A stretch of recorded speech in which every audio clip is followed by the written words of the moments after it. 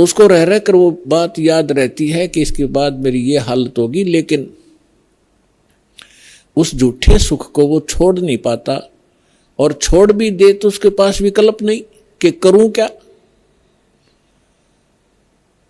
ब्रह्मा विष्णु महेश सोचते हैं कि हम सुखी नहीं, क्योंकि उनका इतिहास देखिएगा। आप पुराणों को कभी पढ़ा हो, नहीं तो रिमाइंड करना कभी कभी। अब थोड़ा सा उदाहरण देंगे आपको। जैसे भगवान शंकर जी को हम भगवान माना करते थे, कंप्लीट गॉड मानते थे, मृत्युंजय कालज्य सर्वेश्वर महेश्वर कहा करते थे। इसको हम कहें कुछ भी, लेकिन ये परमात्मा नहीं है, कंप्लीट गॉड नहीं है। उदाहरण के लिए ये सुखी भी नहीं है। कैसे? एक समय विष्णु जी भी सुखी नहीं है। विष्णु अवतार श्री रामचंद्र रूप में राजा दशरथ के घर जन्म लिया, ये सभी हमारे धर्म गुरु भी बताते रहे हैं और इनके लीला, इनकी जीवनी भी बताती है। श्री रामचंद्र उर्फ विष्णु जी कितने सुखी थे आपको खूब पता है। छोटी सी उम्र में विवाह हुआ, विवाह होते ही वनवास हुआ, और वनवास के अंदर उनकी धर्म पत्नी का अपहरण हुआ। रावण के साथ युद्ध हुआ, करोड़ों जीवों का विनाश हुआ। उसके बाद फिर वापस आए, लेकर अपनी धर्म पत्नी सीता जी को घर पे लेकर आए। किसी धोबी के कहने से उनको घर से निकाल दिया, गर्भवती को। पुत्र कहीं, परिवार कहीं और श्री राम कहीं। वो प्राणी सपने में सुखी नहीं हो सकता जिसके बालक दुखी हो कि तो जंगल के अंदर। जिस समय श्री रामचंद्र जी को वनवास प्राप्त था, सीता जी का अपहरण हो चुका था, श्री रामचंद्र जी विलाप कर रहे थे, रो रहे थे सीता जी की खोज में। ऊपर से भगवान शंकर अपने द्वीप से, अपने लोक से श्री रामचंद्र जी अर्थात विष्णु जी को प्रणाम कर रहे थे। ऊपर से पार्वती जी की दृष्टि पड़ी कि ये किसको प्रणाम कर रहे हैं महेश्वर। पूछने पर पता चला कि नीचे जो व्यक्ति रो रहा है, वृक्षों से लिपट लिपट कर रो रहा है, पशुओं से गले मिल रहा है, उनसे पूछ रहा है मेरी सीता कहाँ गई, उसको ये प्रणाम कर रहा है। और उसको विष्णु भगवान का अवतार बता रहा है कि भगवान विष्णु हैं। पार्वती जी को ये बात अच्छी नहीं लगी, उसको विश्वास नहीं हुआ कि सचमुच ये व्यक्ति जो सामने रो रहा है और जिसकी पत्नी का अपहरण हो चुका है, जिस कारण से रो रहा है, तो ये भगवान नहीं हो सकता। पार्वती जी ने कहा कि जो व्यक्ति रो रहा है आप उसको भगवान बता रहे हो, मुझे विश्वास नहीं। मैं तो इसकी परीक्षा लूंगी और सीता रूप बनाऊंगी इसकी पत्नी का, और यदि ये मुझे पहचान लेंगे तो मैं मान लूंगी कि ये भगवान है। भगवान शंकर ने कहा कि आप सीता रूप मत बनाना, यदि आप सीता जी का रूप बना लोगी तो मेरे काम नहीं रहोगी, मेरी माँ के तुल्य हो जाओगी। मैं आपको एज ए वाइफ स्वीकार नहीं करूंगा। फिर उस समय तो पार्वती जी ने कह दिया कि ठीक है, मैं नहीं परीक्षा लूंगी। भगवान शंकर चले गए इधर उधर सैर सपट्टे को। पीछे से पार्वती जी ने सीता रूप बनाया, श्री रामचंद्र जी के सामने खड़े हो गए। उस समय श्री रामचंद्र जी की दिव्य दृष्टि यानी बुद्धि इस काल भगवान ने खोल दी। अपनी तो पत्नी का पता नहीं उसको कि कौन उठा ले गया, और सामने खड़ी पार्वती को पहचान लिया जिसने बिल्कुल as it is Sita ji का रूप बना रखा था। क्या कहा कि हे दक्ष पुत्री माया, आप भगवान शंकर को कहाँ छोड़ आए। इस बात को सुनकर पार्वती जी लज्जित हुई और कहा कि भगवान शंकर आपको ठीक ही प्रणाम कर रहे थे, मैं आपकी परीक्षार्थ सीता रूप बनाकर आई थी। ये कहकर वो चली गई।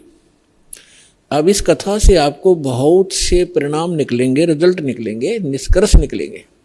एक तो कंसेप्ट यही क्लियर करेंगे कि आपके मन में ये शंका उत्पन्न होगी कि श्री रामचंद्र जी ने पार्वती जी को तो पहचान लिया और अपनी पत्नी के विषय में उसको ज्ञान नहीं। ये कारण क्या है? जिसमें आपको ये कारण समझ में आवेगा तो आप समझो अध्यात्म मार्ग पर चल पड़े। इसका कारण है जैसे गीता अध्याय नंबर 7 के श्लोक नंबर 4, 5 और 6 में ये गीता ज्ञानदाता कहता है कि अर्जुन, यहाँ जितने भी मेरे लोक में जितने भी प्राणी हैं, इनमें बलवानों का बल, बुद्धिमानों की बुद्धि मैं ही हूँ, यानी मेरे ही कंट्रोल में है। जब चाहे इनको ओपन कर दूं, जब चाहे इनको ऑफ कर दूं, जब चाहे मैं इनको ऑन कर देता हूं। उदाहरण के लिए एक समय आपने महाभारत खूब सुना होगा, महाभारत का युद्ध भी सुना है खूब। महाभारत के युद्ध के दौरान अर्जुन ने अपने धनुष के माध्यम से इतना नरसंहार किया था और सूरवीर कहलाए थे। एक तीर से 100 व्यक्तियों को मार डालते थे। वही गांडीव धनुष सुप्रसिद्ध था उसका। जिस समय श्री कृष्ण अर्थात विष्णु जी श्री कृष्ण रूप में देवकी के गर्भ में जन्मे थे, उसके बाद उन्होंने श्री कृष्ण रूप में जो का लीला की थी, जीवन व्यतीत किया था, अंत समय में उनकी मृत्यु एक शिकारी के विषाक्त तीर से हुई थी और पांडवों को उसने वहां बुलाया था।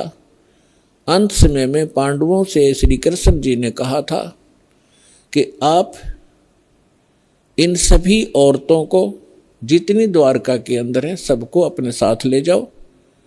यहाँ पर यादव कोई बचा नहीं है, क्योंकि दुर्वासा जी के श्राप से इंक्लूडिंग श्री कृष्ण जी यादव कुल पूरा नाश हो गया था। छोटा बालक भी नहीं बचा था। नर यादव जो गर्भ में थे, गर्भवती औरतें थी उनके गर्भ में थे। उसके बाद ये वंश पुनः चला है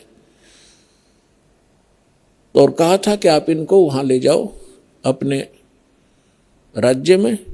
यहाँ पुरुष रहा नहीं, यहाँ के और लोग इनकी बेइज्जती करेंगे, सताएंगे, आप इनको ले जाना। तो श्री कृष्ण जी के आदेशानुसार अर्जुन सभी गोपियों को, द्वारका की स्त्रियों को साथ लेकर आ रहा था।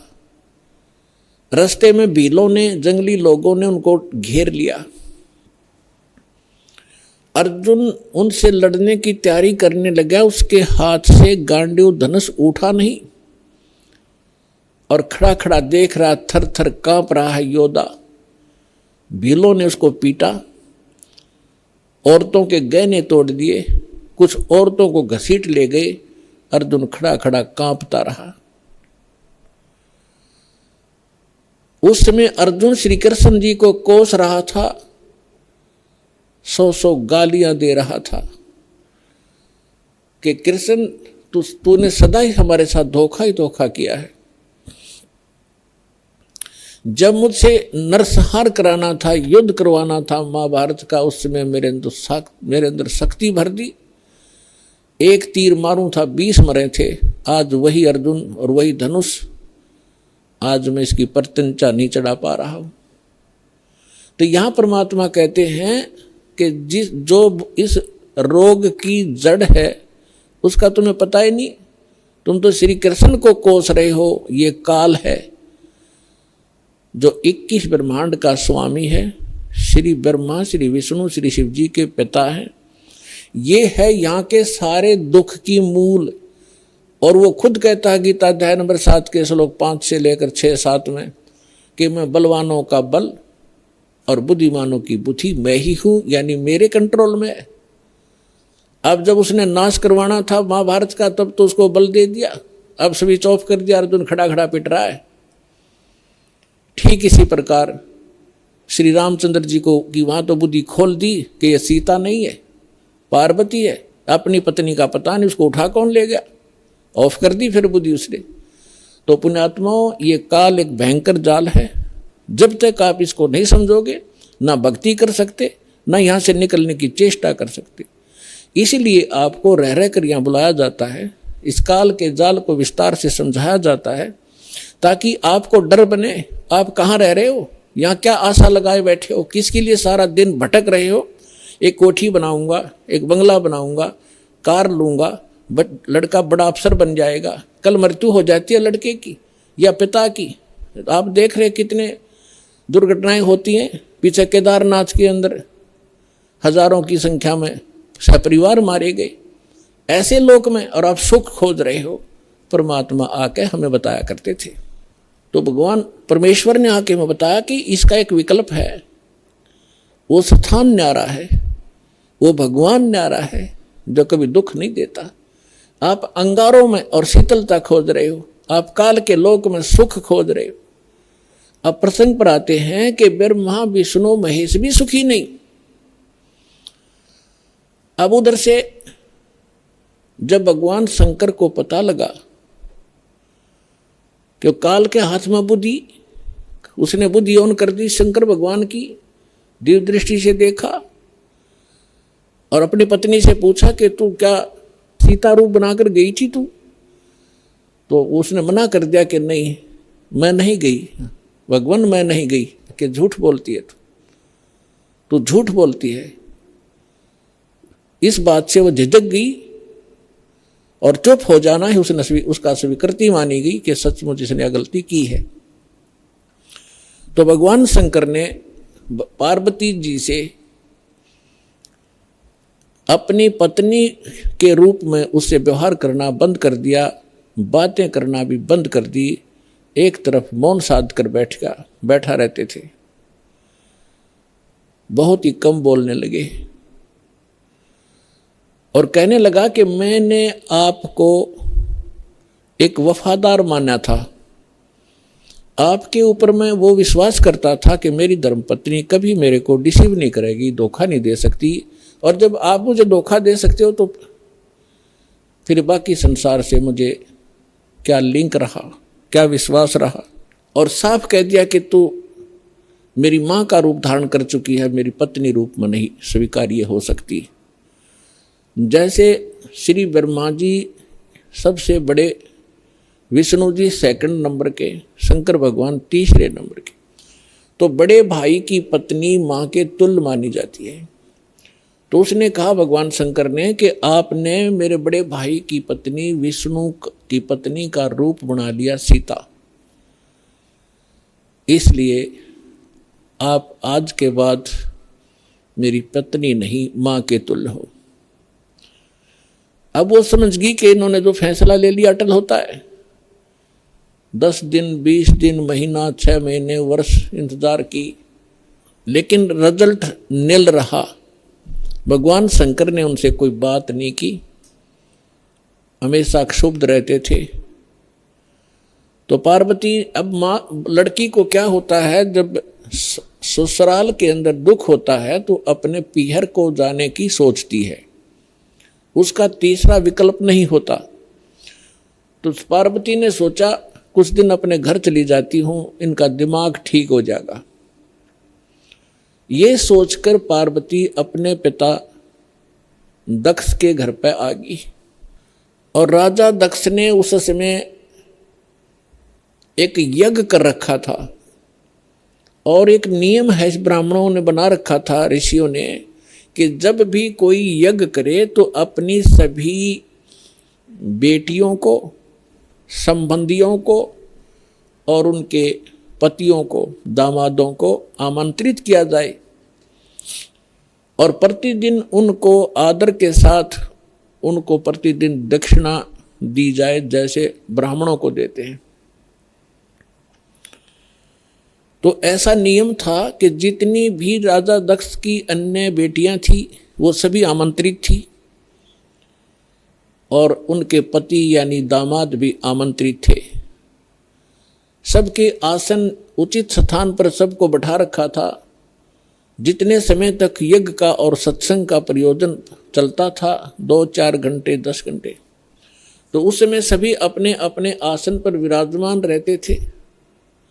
और किसी भी कारण से कोई लड़की का पति नहीं आ सका तो उसका आसन लगाया जाता था, खाली छोड़ा जाता था और सबको जो भी दक्षिणा दी जाती थी उसका भी उसके ऊपर भाग प्रतिदिन रखा जाता था आसन पर।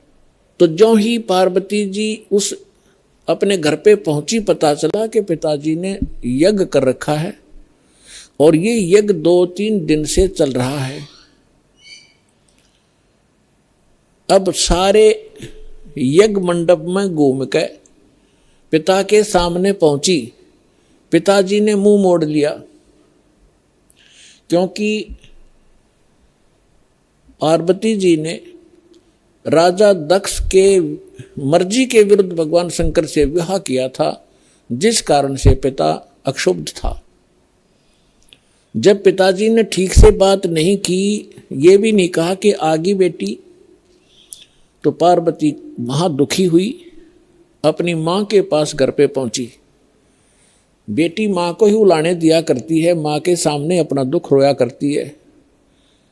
अपनी माँ के सामने जाकर कहा कि माँ, तुमने ऐसा भेदभाव हमारे साथ क्यों किया?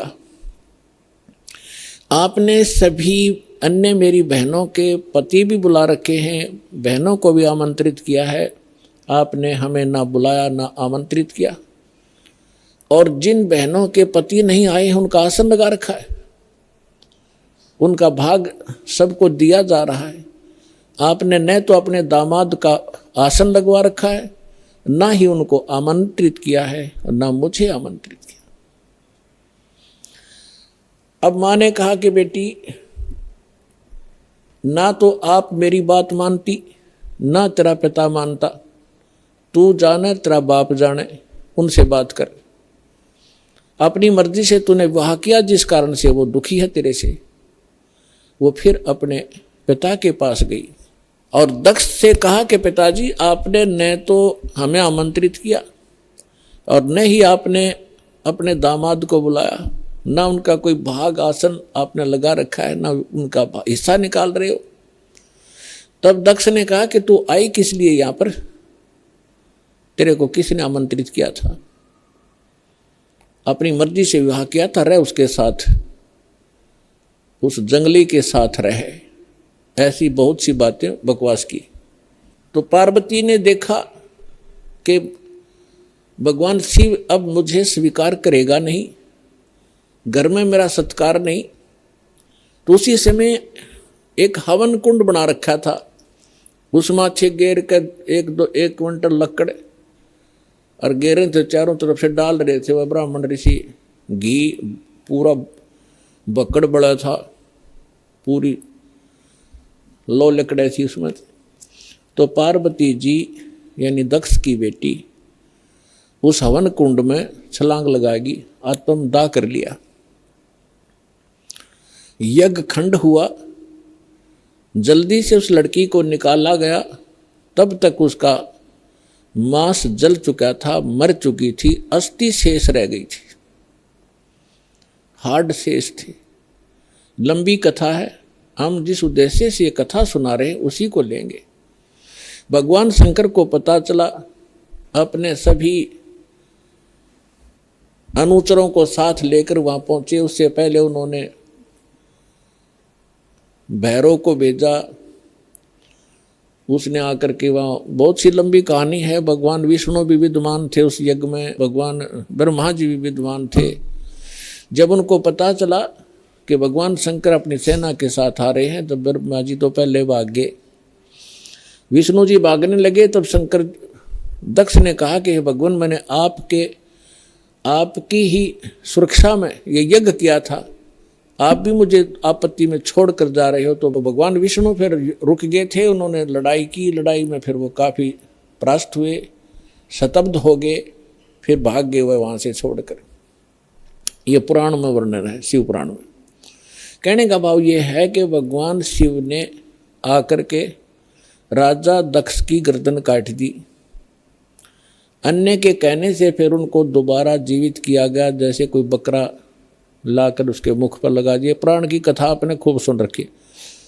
हम इस विषय पर आएंगे अपनात्मा। जैसे यहाँ फिर एक शंका उत्पन्न हो जाएगी आपको कि भगवान शिव ने राजा दक्ष को जीवित कर दिया और बकरे की गर्दन लगा दी, तो भगवान शंकर में भी तो शक्ति है।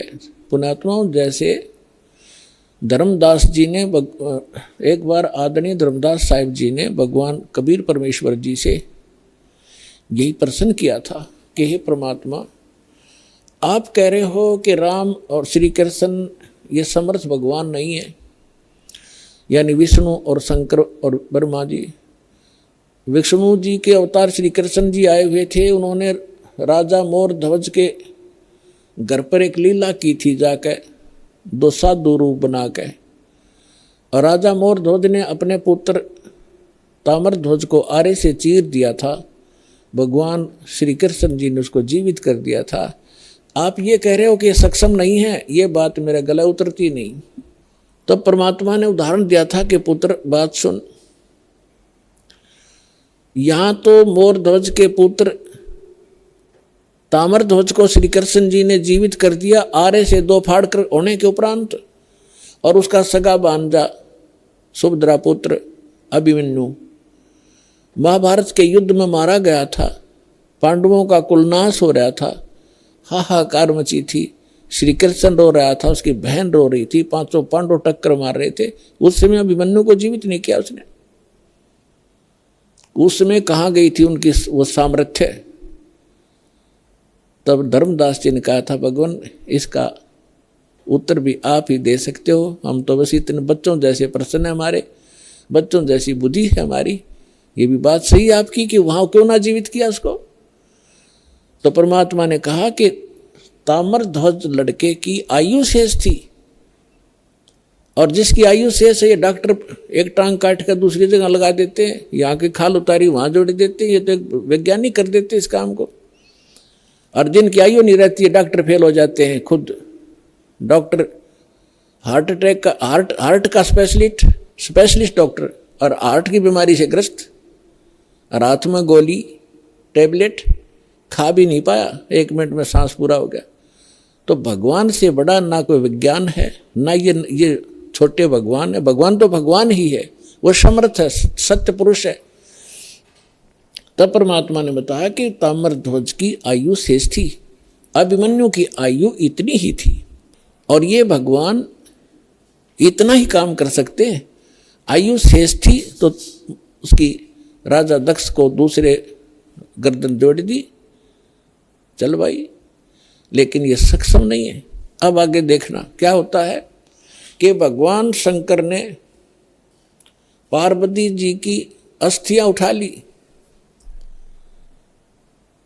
और 10,000 वर्ष तक उसको सीने से लगा के पार्वती पार्वती दक्ष माया दक्ष पुत्री करते करते पागलों की तरह भटकता रहा। अपने आत्मा अब ये हम भगवान ब्रह्मा, भगवान विष्णु, भगवान शिव जी को सुखी माने, ये सुखी है, ये सुखी व्यक्ति के लक्षण है। 10,000 वर्ष तक पागलों की तरह खाना ना पीना ना, हाय पार्वती, हाय दक्ष माया, हाय दक्ष की पुत्री। तो हमारे पास ज्ञान का टोटा था, जिस कारण से हमने प्रत्येक को भगवान और समर्थ मान लिया। देखो ऐसा नहीं कह रहा दास, ना मेरे भगवान ने कहा कि ब्रह्मा विष्णु महेश बिल्कुल यूजलेस है। ये जितने सक्षम हैं, जितनी इनकी सामर्थ्य है उतना बताया है।